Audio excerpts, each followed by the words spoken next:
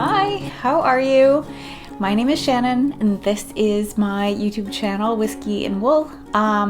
This will not be a normal episode. Instead, I'm going to focus on my Rhinebeck experience from yesterday. Today is October 23rd, and it is the second day of New York Sheep and Wool, or Rhinebeck. And I'm not there today, of course. One day was enough for me this year. But I wanted to share with you what I got up to, and for those of you maybe who have never been to Rhinebeck, give you a little taste of what it was like and what I did.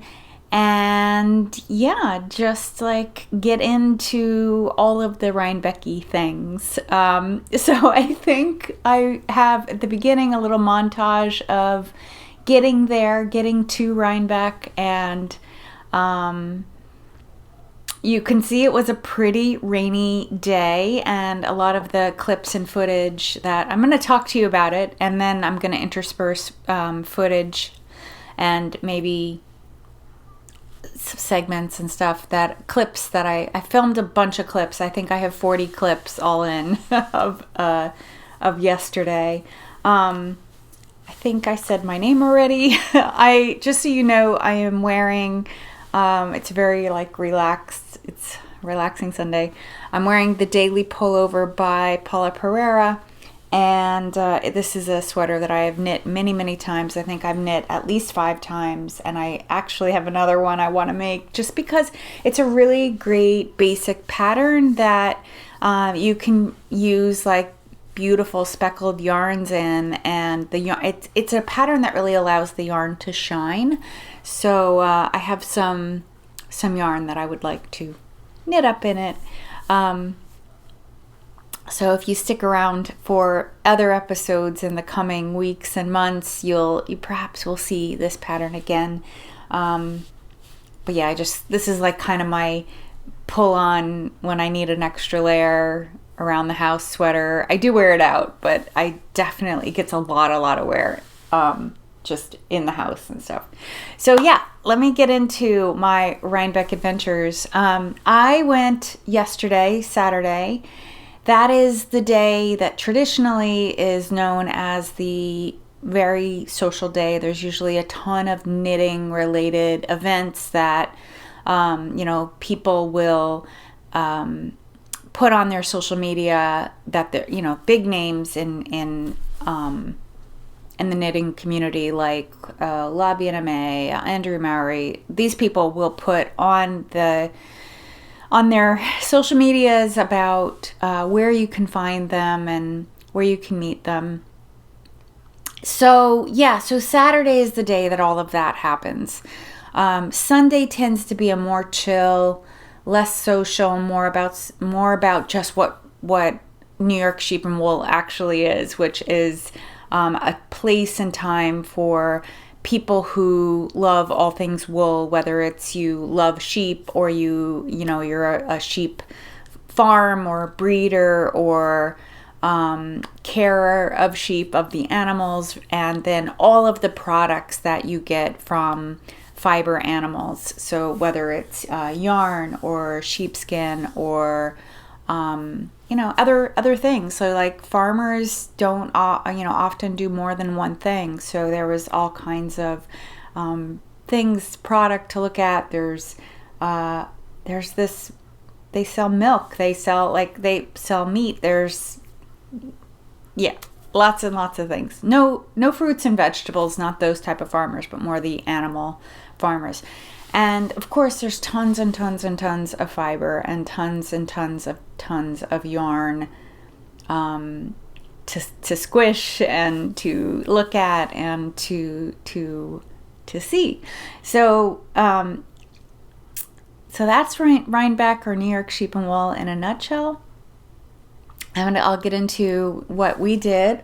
I made plans with Lorian, who is better known perhaps as Yarn Love Turtle on Instagram. She does a lot of lives and a lot of, she's a prolific knitter. So she has lots of yarn and knitting to share always. She and I tend to both really love the farm yarns and gravitate towards those yarns. And, we're lucky enough to live in the New England area where there's a lot of farms, a lot of local farms and a lot of local festivals, even smaller festivals. There's a festival. I live in New Jersey, in the state of New Jersey, right across the river from New York City. So if you're new here, on my regular episodes, you usually see a clip of the city and my city life. I live in a very urban area. I'm in a beautiful old apartment building that overlooks the Hudson River. It's gorgeous. I love where I live. And I recently have moved, so I'm here only a few months. So yeah. Anyway, and Lorian lives in Connecticut, which is just right up the road, essentially, from where I live in New Jersey.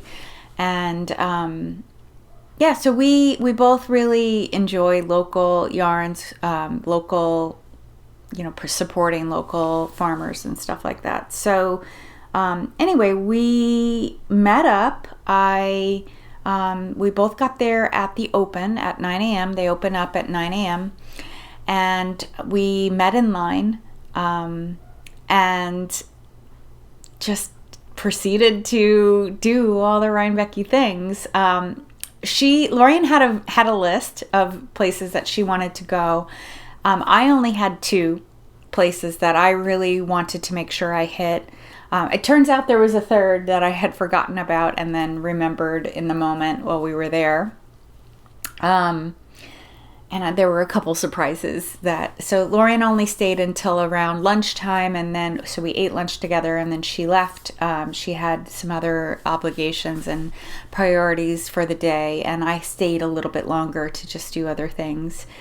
So by the way, I should say too, you're going to see yarn and the things that I bought here on this in this episode. So I know some people don't like it. I don't know why. I guess maybe you feel pressure to buy those things, but I'm going to be sharing those. So just you've been fairly warned.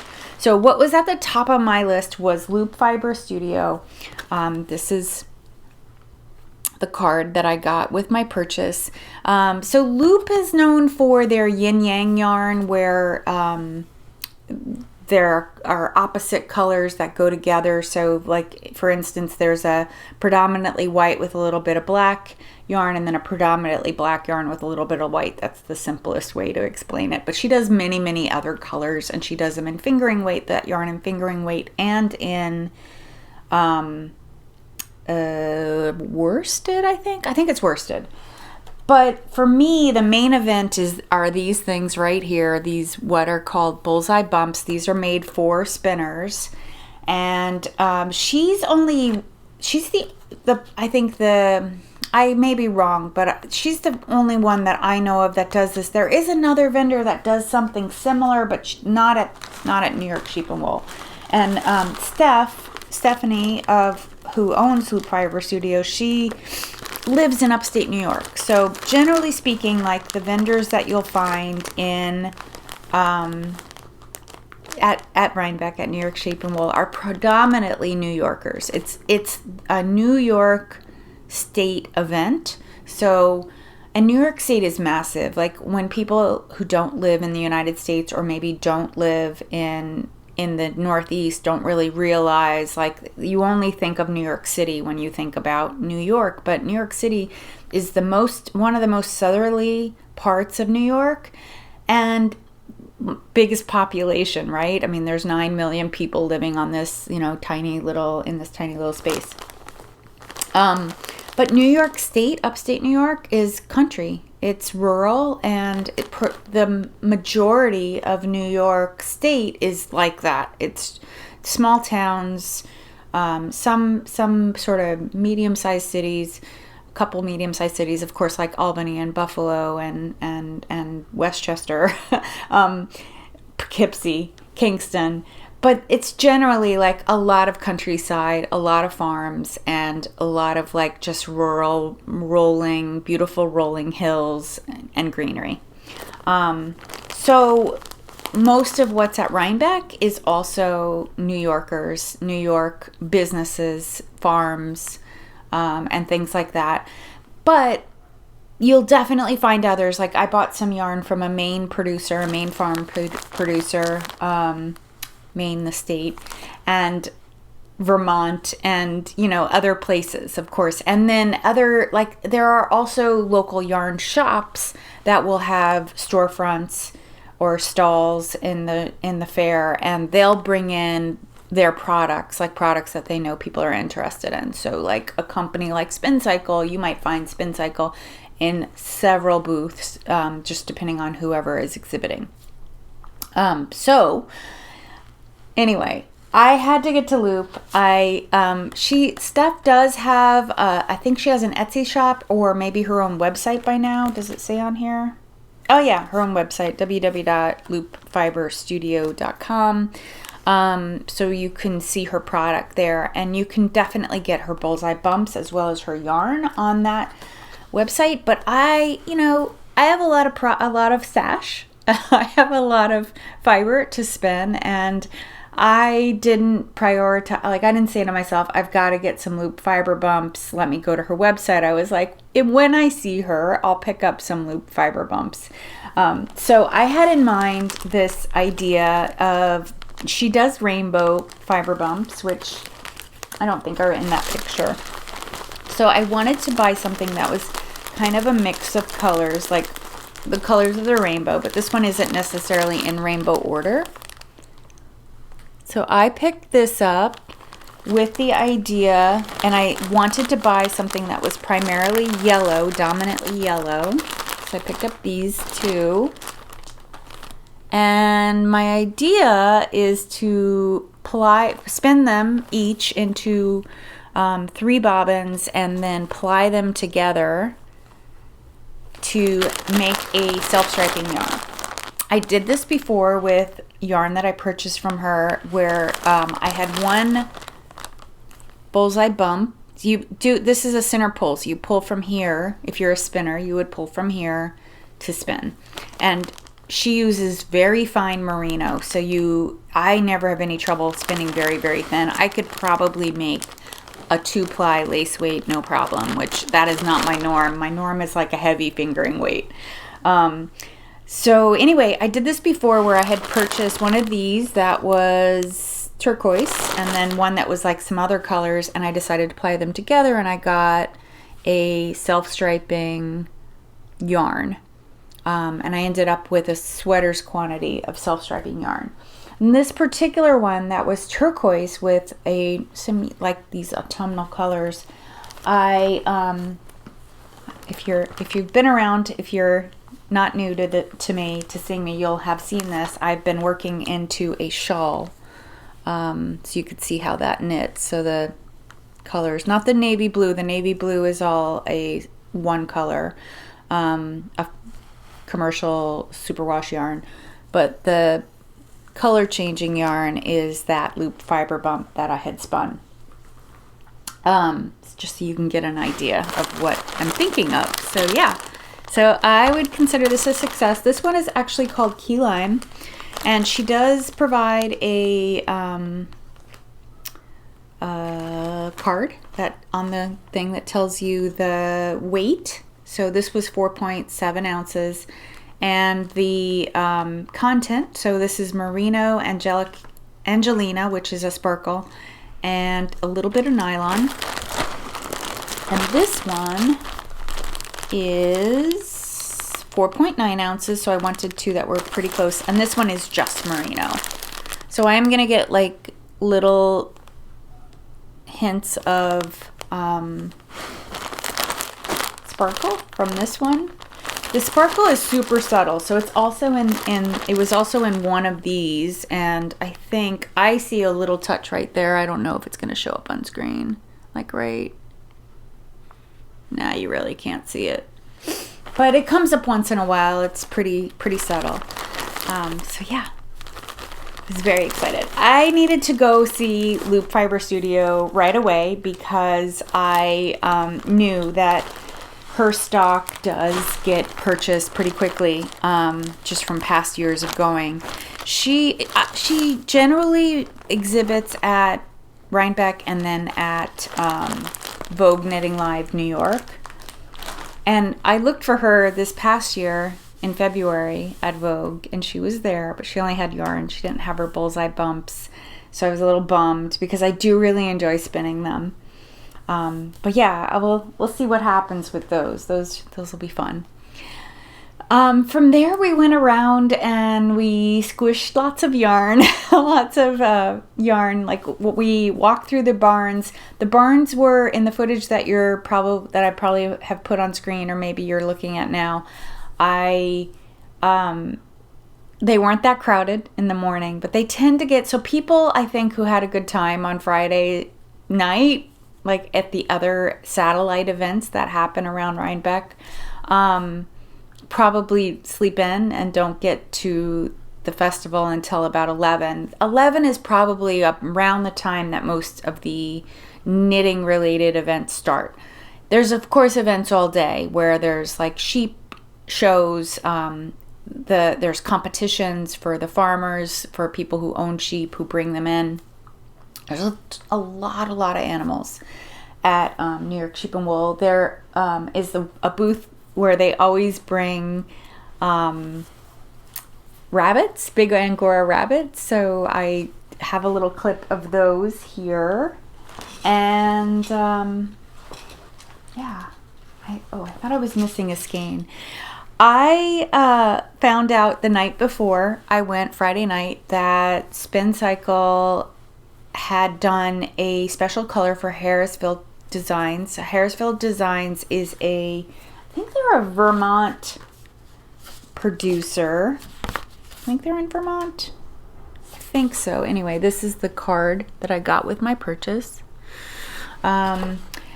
I've used their yarn. They're probably best well known for their Nightshades and Daylight series, especially the Nightshades. When the Nightshades came out, they often launch new things at Rhinebeck, at New York Sheep and Wool. And they, the Nightshades, when that came out, that was so popular. It's a Cormo blend. I've knit a sweater out of it. I knit a sweater by a design by Junko Okamoto. And I think it's called the Papa sweater. So that was a few years ago. And then I also I purchased Daylights when that came out the next year. That's a white base. So Nightshades is a black base. Daylights is a white base. I knit another Junko Okamoto design that I don't remember the name of it right now, but you can see it on my Ravelry page. That white one, that Nightshade or Daylight sweater that I made is my most viewed pattern. I think like thousands of people have viewed that project page. So anyway, Harrisville Designs launched their Spin Cycle color, and I had to have it because it's totally my colors. It is called Holy Toledo.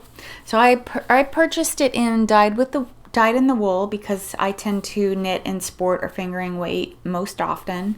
And you don't get to pick your skeins. They go get them for you. But I thought there was a lot of consistency in the color of these. This one probably is a little bit bright. But I really, really love this. I hope the light is okay for you all. It's a little bit like one of those like patchy cloud days. So when the clouds block the sun, it's changing my light a little bit. Feels like it's getting really bright. So anyway, the other funny thing about this, when I saw these colors, I loved them so much. It's turquoise and like this rusty orange color. And if you've been here for a while, you'll know that those are colors that I often knit with and put together. I love turquoise. It's one of my favorite colors. And but I also thought immediately about these that if you watch Jonathan Day's, that podcast with Jonathan Day, he's a Londoner who knits and a knitter. They totally reminded me of that painting that sits behind him in his in most of his episodes. And Anyway, I ran into him and I said to him, do you know this color? You've got to get it. It matches your painting. And he said he'd been meaning to go over there and get it, so that was fun. So it wasn't raining too much in the beginning of the day, when in the morning hours when we were there, but it really started to pour around the time that we decided to get lunch. And that didn't seem to dampen anyone's spirits, though. So the spin cycle was kind of one of those things that I thought about and forgot about, and then remembered when we were going by Harrisville Designs, and Lorian said to me, do you need to go over there for anything? And I was like, oh yes, they have a spin cycle, a special spin cycle yarn.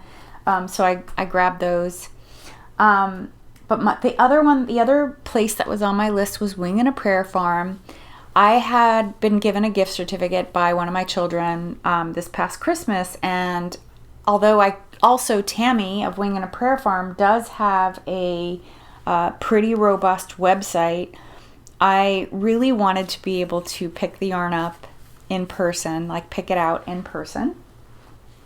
So I purchased 4 skeins of this indigo dyed, these beautiful muted yet tonal indigo dyed yarn. These are her Taconic twist, and it is made from mohair, Wensleydale, Teeswater, and Coltswold. It is a DK weight, sport weight, although it's a little heavy, so it may knit up, because often farm yarns will say that they're lighter weight than they actually are, in terms of like compared with commercial yarn. Because this is 268 yards per 100 grams, which that yardage to grams, grist is what we'd call that. That yardage to grams is more like a DK or even worsted yarn. So I purchased a little over 1,000 yards, which should be plenty for a, for a sweater. But yeah, I love these. These are so gorgeous. I don't have a plan of what I'm gonna knit with them, but we'll see. And Tammy was amazing. She's, if you're not familiar, she has she's such a good follow on Instagram. She really, really loves her animals, and she's amazing. What she does, what she ends up doing. And around that time, like just after Wing and a Prayer, Lorian had to leave, and I walked out with her so that I could go to my car and drop stuff off for what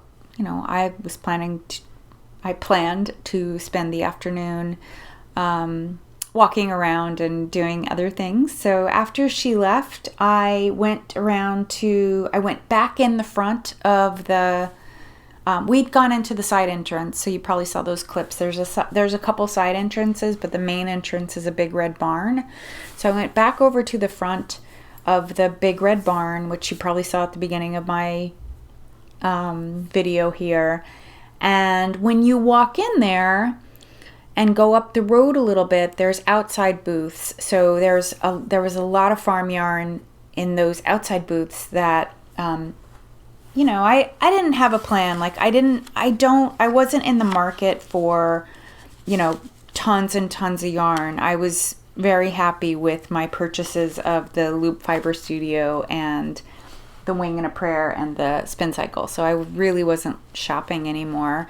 But I like to look. Like one of the things, like even though it's just nice to see the stuff in person, even though you're not planning to buy, because you can remember that yarn and go back to it, find that vendor online, and then purchase whatever it is that you think you might want to use down the road. So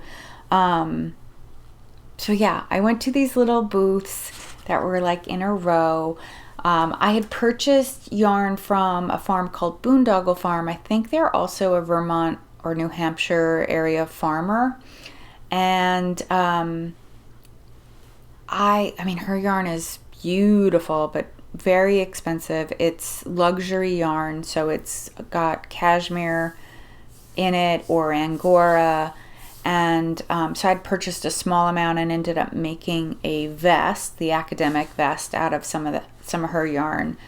So I took a peek at it, and I just, in my back of my head, I just couldn't justify the cost and like spending money on yarn that I didn't have it, spending a huge amount of money on yarn that I did not have a plan for. So I just put it, took a look and walked out without buying anything. But right across the way from her was this company called Lana Plante Yarns. And she's from Maine. So plant dyed, small farm sourced. She had a bunch of really interesting yarns. So it says... does she have a website? Yeah, so it's lanaplanteae.com. I'm also, there'll be show notes. So if you're not catching the spelling and stuff, just look down in the description box for the notes. So I ended up purchasing from her this cake. This is, oh my God, I just fell in love with the colors. This is a Lincoln long wool. And it just has like this beautiful shine and drape to it. She had only one other skein that was this color in this color family.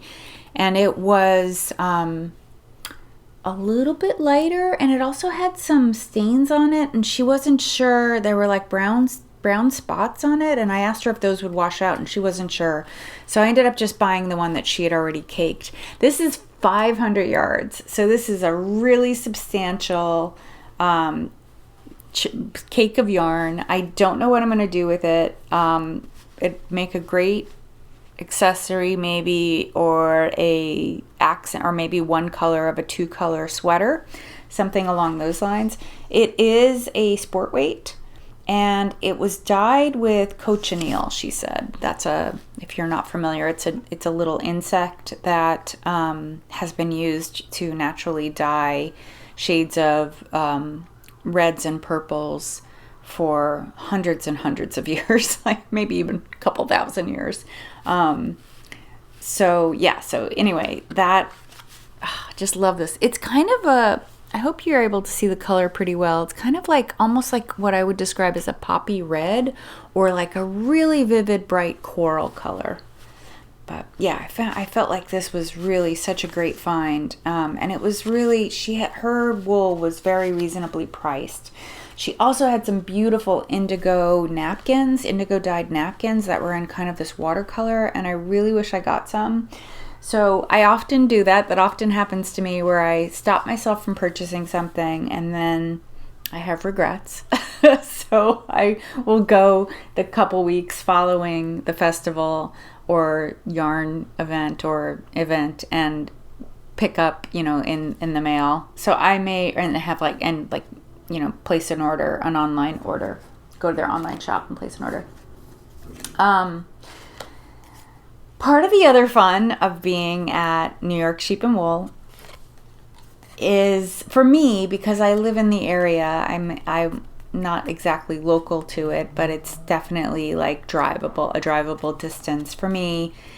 Because I live in this big metro area where there are several woolly knitting related events, a lot of the fun for me is to see the same people. So it's like I see the people that we only meet up at the festival. Like we only run into each other at the festival. So, and part of the fun too is also meeting viewers. So I met a couple of viewers. I met several viewers. I only have a couple of pictures of them though. But like seeing people, that I see like at almost every woolly event, like Beth McDonaldson, or like I see Andrea Mowry at all these events, and Often we see Hohi Locatelli. She wasn't at this one. Seeing Jonathan Day was really fun.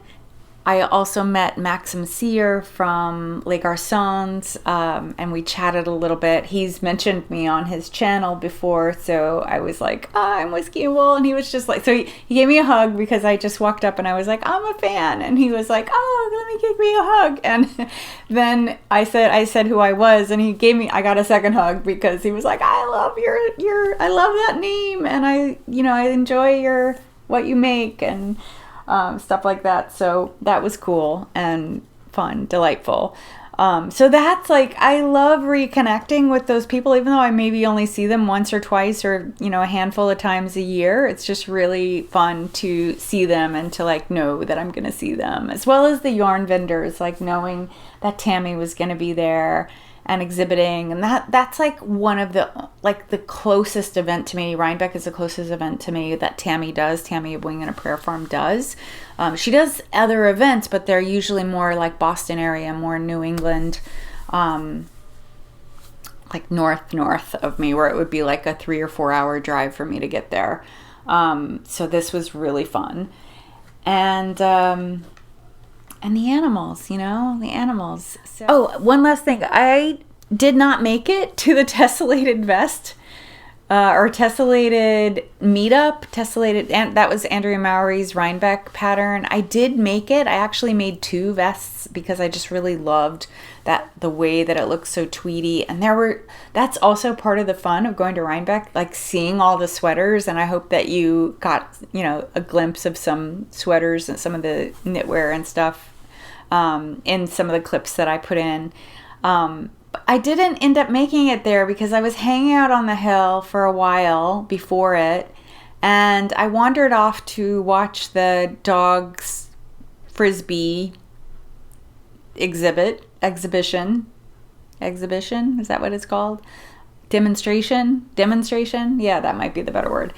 I wandered off to watch that, and then it started to rain more, and so I wandered around trying other places, and I ended up just leaving because I completely missed the tessellated meetup, and I was done. I was just ready to be done, to get in my car and get dried off and warmed up and head home.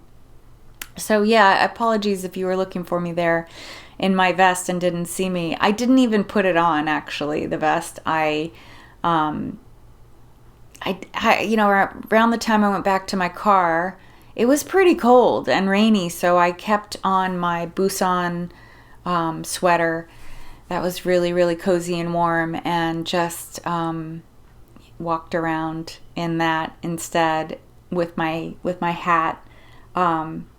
But anyway, yes, I'm going to stop the narrative here, and you'll get some whatever's left of the clips, handful of clips. I hope you enjoyed them. I hope you enjoyed this recap of New York Sheep and Wool, and I look forward to sharing with you what I end up making if you come on back and check out my knits and my makes and my spins, of course. And I will see you again in the next week or two with a regular episode that will catch you up on all my knitting and what I've been up to life-wise. I have some exciting stuff to share in the next episode. People who know me in life know this already, but yeah, I'm not going to spoil it here. You'll have to come back because I'm not sure how much exactly I'm going to put in about it, whether it's going to be a mention or there'll be some clips, but there is a special event happening this week that, yeah, I would love to share with you. So I will see you again soon, and have a good rest of day or rest of week. Bye.